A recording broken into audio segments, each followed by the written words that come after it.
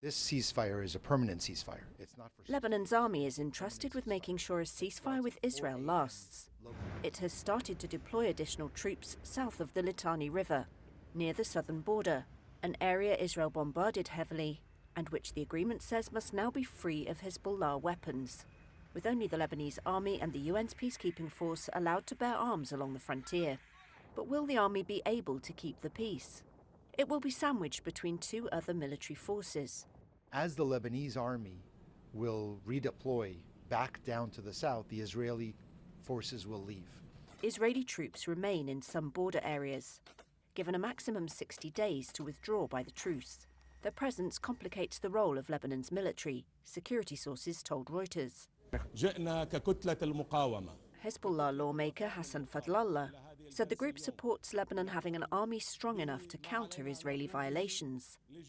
But Lebanon's army is no match for Israel's, and stayed on the sidelines of the war even when Israeli forces hit it directly, like this deadly strike on a southern army post in November.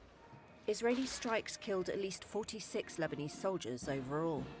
Hezbollah, meanwhile, has vowed to continue its resistance and monitor Israel's withdrawal with its fighters, quote, fingers on the trigger. The group's military prowess has been hit hard. Israeli operations killed thousands of its fighters and its veteran leader, Hassan Nasrallah. But analysts say Hezbollah retains a large arsenal, Iranian backing, and sway over the government in Beirut.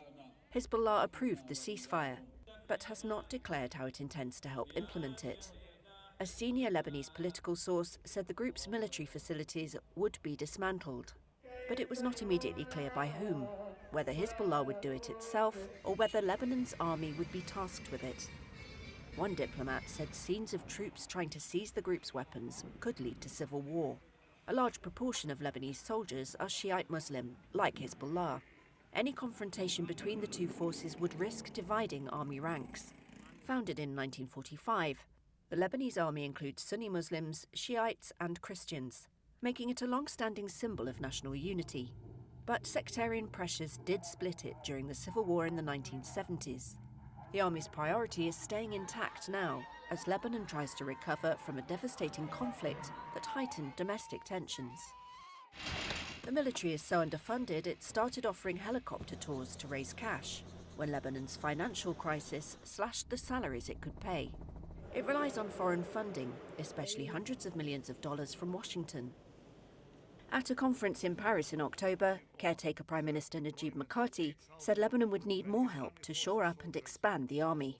The decision to recruit more soldiers is a significant step towards enhancing the capacity of the Lebanese armed forces to maintain security and stability in the region. However, the successful implementation of this commitment will require the support and assistance of the international community. Countries pledged $200 million, and the European Union also offered additional funds.